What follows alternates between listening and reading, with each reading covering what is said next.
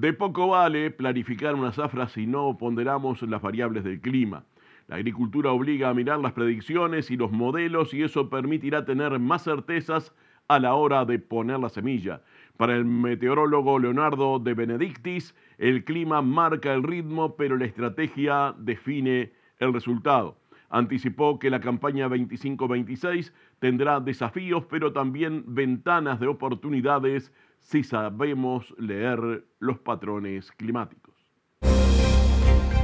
La verdad que es un rubro complicado el nuestro, pero bueno, acá estamos tratando de ver un poco las perspectivas de largo plazo, sobre todo en el rubro, como mencionabas, que siembra en el suelo, pero mira para el cielo para ver cómo se desarrollan las cuestiones.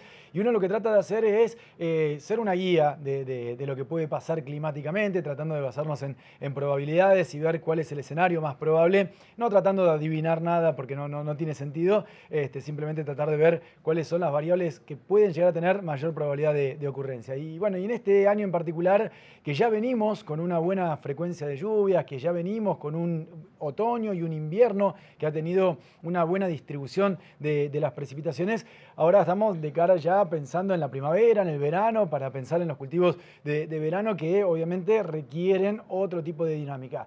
Y la verdad que las perspectivas no son malas, es un año que después de mucho tiempo tiende a ser un evento neutral, es decir, ni niño ni niña, ni un extremo ni el otro, como venimos teniendo en estos últimos 11 años prácticamente, que siempre pasamos de un niño a una niña, o se repitieron niña a niña, pero pasar por la condición neutral hace mucho que no lo transitamos y bueno, por eso hay mucha expectativa por este año en particular, por el hecho de tener una buena frecuencia de lluvias durante el periodo previo y ahora mirando para adelante con una situación neutral, una buena disposición de precipitaciones que puede beneficiar sobre todo el periodo de la primavera. Ese periodo neutro no solo para Argentina, sino para toda la región. Claro, sí. Cuando nosotros hablamos de niño, niña o neutro, lo que estamos hablando es de la temperatura del Pacífico. Algo que parece totalmente alejado, que no tiene nada que ver, bueno, tiene mucho que ver porque eso determina la circulación global. El planeta se rige cuando hay un evento El Niño, cierta circulación lleva las lluvias, o lleva la humedad, mejor dicho, a ciertos sectores del planeta.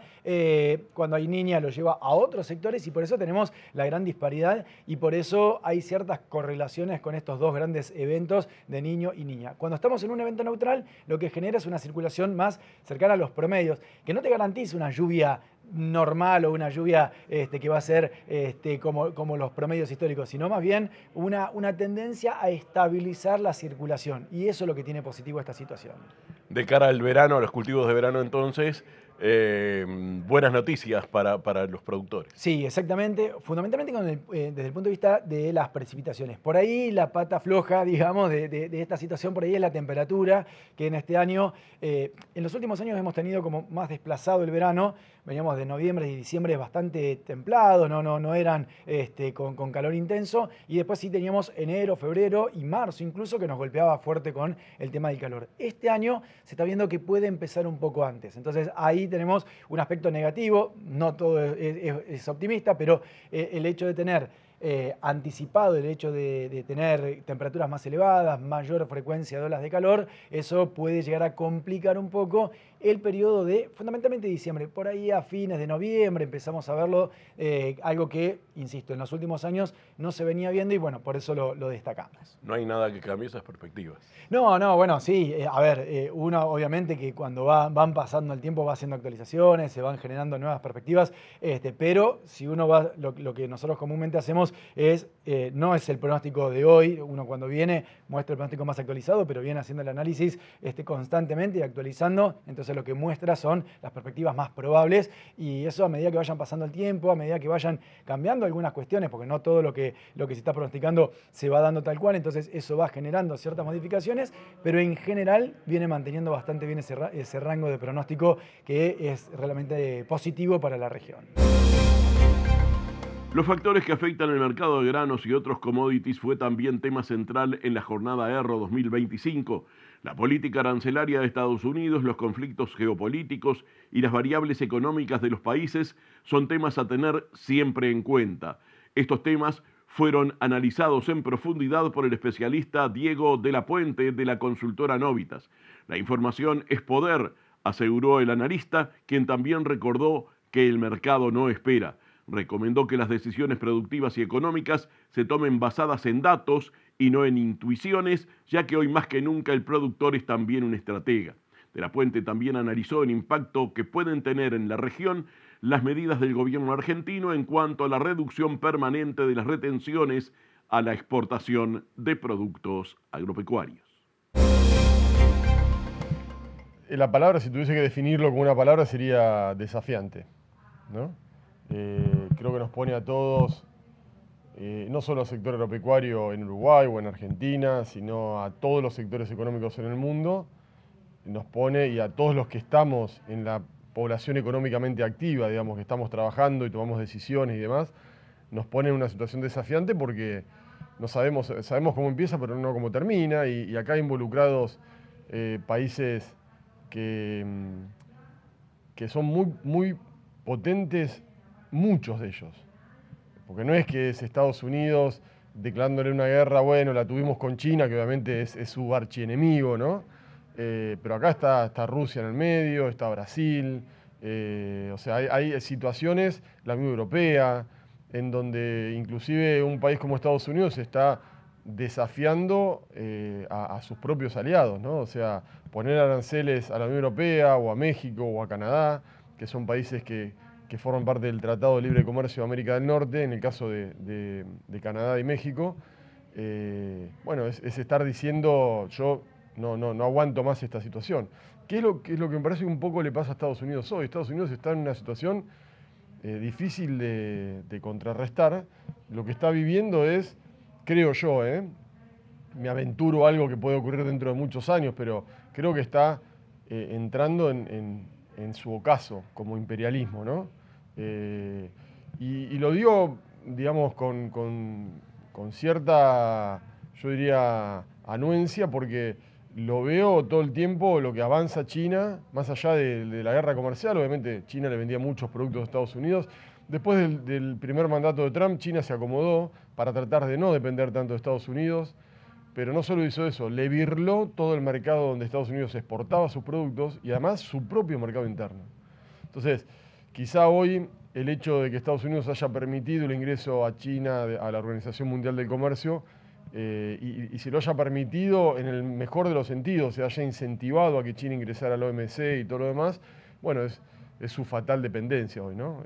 Hoy esa decisión le está costando muy cara, porque, claro, en ese momento un país como China, comunista, que sea capitalista, entrando a la Organización Mundial del Comercio, Estados Unidos lo agarró del hombro, lo albergó y le dijo a todo el mundo, ¿vieron?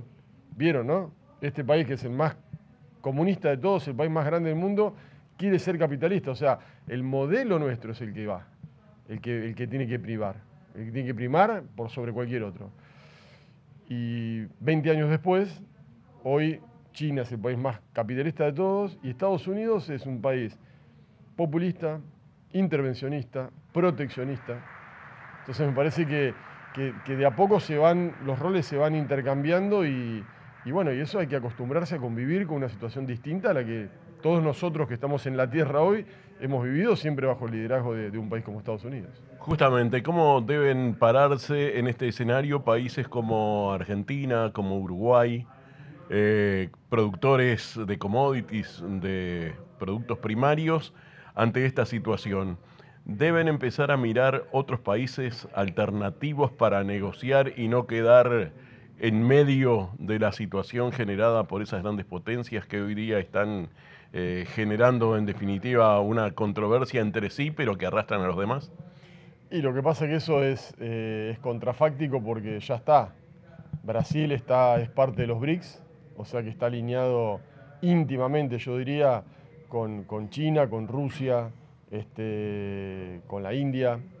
Y Argentina, que es el otro país grande de Sudamérica, y sobre todo hablando del Mercosur, está alineado a Estados Unidos. Entonces, eso, yo creo que nosotros debiéramos ser un poco más inteligentes. Yo creo que uno ideológicamente puede tener una posición, pero cuando estamos hablando de la economía de un país y de las ventajas que un país puede tener, ahí no hay ideología. O sea, digamos, ¿qué le vendemos nosotros a Estados Unidos? Nada. Le vendemos mucho más a China. Bueno, entonces tratemos, más allá de que ideológicamente no estemos yo por lo menos, ¿no? Estoy en las antípodas del comunismo, pero bueno, digamos, puedo comerciar y no necesito pelearme. A diferencia de Argentina, quizás Estados Unidos en el último año fue el principal comprador de las carnes uruguayas Claro. y de muchos de sus commodities. Claro, bueno, por eso. Lo que pasa es que digo, Brasil también le exporta un montón de carne a Estados Unidos. Pero digamos, le vendemos mucho más a China. O sea, nosotros competimos básicamente con Estados Unidos. En el caso granos, ¿no? En el caso granos competimos. Estados Unidos es el principal productor y exportador mundial de granos, con lo cual, digamos, debiéramos ser lo suficientemente inteligentes como para, digamos, tener esas condiciones. Decir, bueno, si le exportamos carne y si ahora a Estados Unidos le impone 50% de aranceles a partir del 1 de agosto a Brasil, seguramente que Uruguay le va a exportar más carne a Estados Unidos y Argentina también le va a exportar carne a Estados Unidos.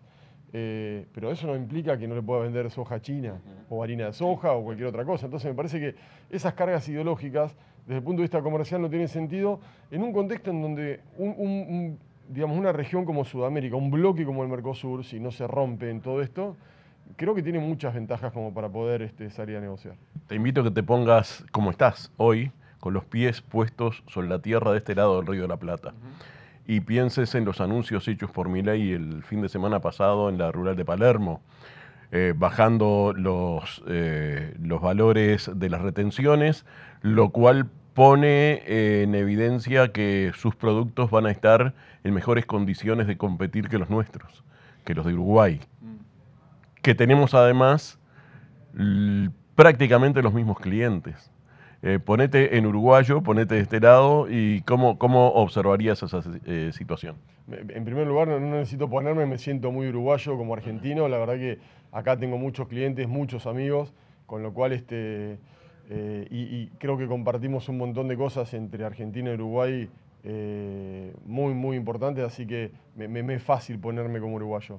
Yo no lo veo, digamos, a la Argentina como un competidor de Uruguay.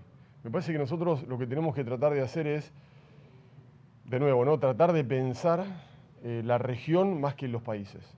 Sí, circunstancialmente esto puede ayudar. A ver, nosotros no exportamos soja, exportamos harina y aceite de soja, que básicamente van a otras partes del mundo que no es China, por ejemplo. Uruguay exporta mucho, digamos, mucho más poroto, aceite y harina. En el caso del maíz, hablando de los granos, ¿no? En el caso del maíz, Uruguay trabaja a paridad de importación alguna vez en el año porque tiene que importar maíz desde la Argentina. Trigo, bueno, no podemos competir, pero tenemos el Mercosur para venderle a Brasil, que tenemos un arancel que nos protege. Bueno, en el mercado de la carne, yo no soy especialista en el mercado de la carne, pero seguramente que ahí puede competir un poco más. Pero yo lo tomaría, yo creo que digamos, la parte inteligente que tenemos que tener nosotros, insisto, más allá de la carga ideológica que uno puede tener, si es de derecha, de izquierda, de centro, si es comunista, si es socialista o si es capitalista, democrático, me parece que acá prima mucho más la oportunidad que puede tener una región como esta, en donde el principal productor y exportador mundial de granos, que es Estados Unidos, empieza a tener diferencias con países aliados. Entonces ahí es donde nosotros creo que como bloque podemos tener algo para decir y creo que podemos salir fortalecidos y tener oportunidades. Pero bueno, por eso digo, quizá debiera darse la situación en donde Paraguay, Uruguay, Argentina y Brasil tengan presidentes con la misma, digamos, ideología en algún momento. No importa si son presidentes de derecha o son de izquierda, pero con la misma ideología, como para poder cerrar algo, digamos, que sea bueno para todos. Lo que pasa es que no ocurre, porque cuando está Bolsonaro, acá lo tenemos a un pedacito a Macri y a Alberto Fernández, y estaba Lacalle, y cuando viene Lula lo tenemos a Milei, entonces siempre estamos como desencontrados en ese sentido. En lugar de asociados. Claro, exactamente, estamos desencontrados cuando en estas circunstancias deberíamos estar, digamos, más unidos y tratando de aprovechar esta situación y sacarle el máximo jugo como región más que como país. Y bien, amigas y amigos, por el momento es todo. Los esperamos en próximas emisiones para seguir compartiendo con ustedes nuestra pasión por el campo. Que pasen bien, les esperamos.